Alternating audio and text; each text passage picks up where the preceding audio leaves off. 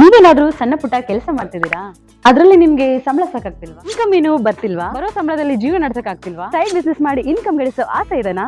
ಹಾಗಾದ್ರೆ ಚಿಂತೆ ಬಿಟ್ಬಿಡಿ, ರಿಯಲ್ ಎಸ್ಟೇಟ್ ಬಿಸ್ನೆಸ್ಗೆ ಬನ್ನಿ. ಬಿಡುವಿನ ಸಮಯದಲ್ಲಿ ಇನ್ಕಮ್ ಜೊತೆಗೆ ಲಕ್ಷ ಲಕ್ಷ ಸಂಪಾದನೆ ಮಾಡಿಕೊಳ್ಳಿ. ನಿಮ್ ಜೀವನದಲ್ಲಿ ರಿಯಲ್ ಎಸ್ಟೇಟ್ ಹೊಸ ತಿರುವು ಕೊಡುತ್ತೆ. ರಿಯಲ್ ಎಸ್ಟೇಟ್ ಉದ್ಯಮದಲ್ಲಿ ಹೆಸರುವಾಸಿಯಾದ ಎಸ್ಆರ್ ಡೆವಲಪರ್ ಜೊತೆಗೆ ಕೈ ಜೋಡಿಸಿ. ಎಸ್ಆರ್ ಡೆವಲಪರ್ ಅವರು ಲೇಔಟ್ ನಿರ್ಮಾಣ ಮಾಡಿ ಸೈಟ್ ಸೆಲ್ಲಿಂಗ್ ಅಲ್ಲಿ ನಂಬರ್ 1 ಸರ್ವಿಸ್ ಕೊಡ್ತಾರೆ. ಡಾಕ್ಯುಮೆಂಟ್ ಪರ್ಫೆಕ್ಟ್ ಇರುತ್ತೆ, ನಿಮ್ ದುಡ್ಡಿಗೆ ಗ್ಯಾರಂಟಿ ಇರುತ್ತೆ, ನಿಮ್ ಫ್ಯೂಚರ್ ಸಹ ಚೆನ್ನಾಗಿರುತ್ತೆ. ಇವರ ಲೇಔಟ್ಗಳು ಇರುವ ಸ್ಥಳ ಲಿಂಗಸ್ಕೂರು, ಮಾನ್ವಿ, ಹಟ್ಟಿ, ಕವಿತಾಳ ಹಾಗೂ ಶಹಾಪುರ. ನೀವು ಯಾವ ಲೊಕೇಶನ್ ಆದ್ರೂ ಕೆಲಸ ಮಾಡಬಹುದು. ಒಂದು ಕರೆ ಮಾಡಿ ಅಥವಾ ಕಚೇರಿಗೆ ಭೇಟಿ ನೀಡಿ. ನೀವು ಒಳ್ಳೆ ಉದ್ಯಮದಲ್ಲಿ ಭಾಗಿಯಾಗಿ ನಿಮ್ಮ ಲೈಫ್ ನ ಲೀಡ್ ಮಾಡ್ಕೊಳ್ಳಿ. ತಾಲೂಕು ಸಾರ್ವಜನಿಕ ಆಸ್ಪತ್ರೆಯಲ್ಲಿ ಕಳೆದ ಕೆಲವು ದಿನಗಳ ಹಿಂದೆ 3 ಗರ್ಭಿಣಿಯರು ಸಾವನ್ನಪ್ಪಿದ್ದು, ಇದು ಆಸ್ಪತ್ರೆಯ ಅವ್ಯವಸ್ಥೆ ಹಾಗೂ ವೈದ್ಯರ ನಿಷ್ಕಾಳಜಿಯೇ ಕಾರಣವೆಂದು ಪ್ರಗತಿಪರ ಸಂಘಟನೆಗಳ ಒಕ್ಕೂಟ ಹಾಗೂ ನಮ್ಮ ಕರ್ನಾಟಕ ಸೇನೆ ನಿರಂತರ ಪ್ರತಿಭಟನೆ ನಡೆಸಿದ್ದವು. ಈ ಹಿನ್ನೆಲೆಯಲ್ಲಿ ಭಾನುವಾರದಂದು ವೈದ್ಯಕೀಯ ಶಿಕ್ಷಣ ಮತ್ತು ಕೌಶಲ್ಯ ಅಭಿವೃದ್ಧಿ ಉದ್ಯಮಶೀಲತೆ ಹಾಗೂ ರಾಯಚೂರು ಜಿಲ್ಲಾ ಉಸ್ತುವಾರಿ ಸಚಿವರಾದ ಶರಣಪ್ರಕಾಶ್ ಪಾಟೀಲ್ ಸಾರ್ವಜನಿಕ ಆಸ್ಪತ್ರೆಗೆ ಭೇಟಿ ನೀಡಿ ಪರಿಶೀಲನೆ ನಡೆಸಿದರು. ನಂತರ ವೈದ್ಯರೊಂದಿಗೆ ಹಾಗೂ ಸಂಘಟನೆಗಳ ಪ್ರಮುಖ ಮುಖಂಡರೊಂದಿಗೆ ಮಾಹಿತಿ ಪಡೆದರು. ಆಮೇಲೆ ಸರ್, ಈ 3 ಘಟನೆಗಳು ಆದರೂ ಅಕ್ಟೋಬರ್ 21, 28, 30 3 ಘಟನೆಗಳು 3 ಬಾಣಂತಿಯರ ಸಾವಾಗುತ್ತೆ. ಈ 3 ಸಾವುಗಳು ಆದಮೇಲೆ ಬಳ್ಳಾರಿ ಘಟನೆ ಆಗುತ್ತೆ ಅನ್ನೋದು ಸತ್ಯ ಸರ್. ಈ 3 ಘಟನೆಗಳ ಆದರೂ ಕೂಡ ಇದನ್ನು ಜಿಲ್ಲಾಡಳಿತ ಮತ್ತು ಸರ್ಕಾರದವರು ಇದನ್ನೇನಾದ್ರು ಸೀರಿಯಸ್ ಆಗಿ ತಗೊಂಡಿದ್ರೆ ಕರ್ನಾಟಕದ ತುಂಬ ಇಂಥ ಘಟನೆಗಳು ಮರುಕಳಿಸ್ತಿದ್ದಿಲ್ಲ ಅನ್ನುವಂಥದ್ದು ಸತ್ಯ ಸರ್.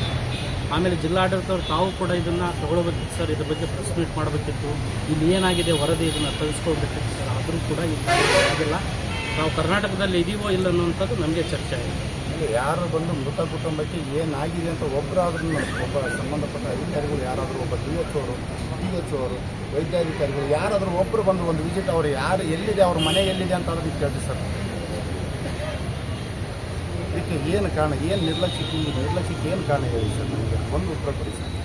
ಇದ್ರ ಜೊತೆಗೆ ಇಲ್ಲಿ ಪರ್ಮನೆಂಟ್ ಆಗಿ ಈ ಥರ ಸಮಸ್ಯೆ ಆಗಬಾರ್ದು ಅನ್ನೋದಾಗಿದ್ದರೆ ನಮಗೆ ತಾಯಿ ಮಕ್ಕಳ ಆಸ್ಪತ್ರೆಯನ್ನು ಸಪ್ರೇಟ್ ಮಾಡಿದ್ದಾರೆ ಹೆರಿಗೆ ಸಂಬಂಧಪಟ್ಟಾಗಿ, ಅದು ಇಮಿಡಿಯೇಟ್ ಆಗಿ ಉದ್ಘಾಟನೆ ಆಗಬೇಕು.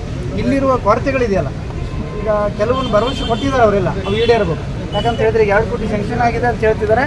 ಈ ಮೊದಲಿಂದ ಹಂಗೆ ಆಗಿದೆ, ಆದರೆ ಇಲ್ಲಿವರೆಗೂ ಸಹಿತವಾಗಿ ಶೌಚಾಲಯಗಳಿಲ್ಲ, ಸರಿಯಾದ ಕುಡಿಯ ನೀರಿನ ವ್ಯವಸ್ಥೆ ಇಲ್ಲ. ಉಳಿದೆಲ್ಲ ವ್ಯವಸ್ಥೆ ಏನಿದೆ ಅದಕ್ಕೆ ಸಂಬಂಧಪಟ್ಟಂಗೆ ನಾವು ಬೇಡಿಕೆಗಳು ಇಟ್ಟಿದ್ದೀವಿ. ಮಾಡಿದ್ದಾರೆ ಸರ್, ಅದು ಕೂಸಿಲ್ಲ ಅದು ಸೀರಿಯಸ್ ಐತ್ರಿ. ನಾವು ಮತ್ತೆ ಸರ್, ದಯವಿಟ್ಟು ತಮ್ಮೆಲ್ಲರ ಕೈ ಮುಗಿದು ಕೇಳ್ತೀನಿ ಸರ್. ಅಸೆಂಬ್ಲಿಯಲ್ಲಿ ಇದು ನಮ್ಮ ಸಿಂಧನೂರಿಂದು ಪ್ರತ್ಯೇಕವಾಗಿ ಎತ್ತಬೇಕು ಸರ್. ತಾವುಗಳು ಮಾತಾಡಬೇಕು ಸರ್. ನಾವು 16ನೇ ತಾರೀಕುವರೆಗೂ ನಾವು 16ನೇ ತಾರೀಕು ಅಲ್ಲಿಗೆ ನಿಯೋಗ ಬರ್ತಾ ಇದ್ದೀವಿ. ನಮ್ಮ ರಾಜ್ಯದಿಂದ ಟೋಟಲ್ ಎಲ್ಲರೂ ಬರ್ತಾ ಇದ್ದೀವಿ ಸರ್. ಅಷ್ಟರೊಳಗೆ ತಾವು ಪರಿಹಾರ ಘೋಷಣೆ ಮಾಡಬೇಕು ಸರ್. ಇಲ್ಲ ಅಂತ ಹೇಳಿದ್ರೆ ಮತ್ತೆ ಅಲ್ಲಿ ಇದರಿಂದ ನಾವು ಚರ್ಚೆ ಮಾಡ್ತೀವಿ. ಸುದ್ದಿಗಾರರೊಂದಿಗೆ ಮಾತನಾಡಿ, ರಾಜ್ಯ ಸರ್ಕಾರವು ಈ ವಿಷಯವನ್ನು ಗಂಭೀರವಾಗಿ ಪರಿಗಣಿಸಿದ್ದು, ವರದಿ ಬಂದ ನಂತರ ಸೂಕ್ತ ಪರಿಹಾರ ಜೊತೆಗೆ ನಿಷ್ಕಾಳಜಿ ವಹಿಸಿದ ವೈದ್ಯರ ಮೇಲೆ ಕ್ರಮ ಕೈಗೊಳ್ಳುವ ಭರವಸೆ ನೀಡಿದರು. ಡಾಕ್ಟರ್ ಜೊತೆ ಚರ್ಚೆ ಮಾಡಿ ಇಲ್ಲಿ ಸಾಕಷ್ಟು ಹೆರಿಗೆನೂ ಹಿಂದೆ ಆಗ್ತಾಯಿದೆ. ತಿಂಗಳಿಗೆ 300 ಹೆರಿಗೆ ಆಗ್ತಾ ಇದ್ದ ಅಂತಕ್ಕಂಥ ಹಿಂದೆ ಈ ರೀತಿ ಯಾವುದೂ ಘಟನೆ ಆಗಿಲ್ಲ ಅಂತಕ್ಕಂಥದ್ದು. ಈಗ ಹಾಗಾಗಿ ಈಗ ಅದು ಇಲ್ಲಿ ಏನು ಅವತ್ತು ಯಾವ್ಯಾವ ಹೊಸ ಬ್ಯಾಚ್ ಆಫ್ ಡ್ರಗ್ಸ್ ಯೂಸ್ ಮಾಡಿದ್ದಾರೆ ಅದನ್ನೆಲ್ಲ ಸ್ಯಾಂಪಲ್ ಡ್ರಾ ಮಾಡಿ ಅದು ಟೆಸ್ಟಿಂಗಿಗೆ ಕಳ್ಸೋಕ್ಕೆ ಅಲ್ಲಿಂದನೇ ಡೈರೆಕ್ಷನ್ ಇದ್ದೀವಿ. ಅದು ಕೆಲವೊಂದು ಯಾವ ಬಿಟ್ಟು ಹೋಗಿದೆ ಇವತ್ತು ಅವ್ರು ಕೊಟ್ಟು ಕಳ್ಸೋಕ್ಕೆ ಹೇಳಿದ್ದೀವಿ. ಇದು ರಿಪೋರ್ಟ್ ಬಂದ ತಕ್ಷಣ ನಾವು ಅದಕ್ಕೆ ಅನಲೈಸ್ ಮಾಡ್ತೀವಿ what is the cos of death ಅಂತ. ಅದಾದಮೇಲೆ ರೆಸ್ಪಾನ್ಸಿಬಿಲಿಟಿ ಫಿಕ್ಸ್ ಮಾಡ್ತೀವಿ.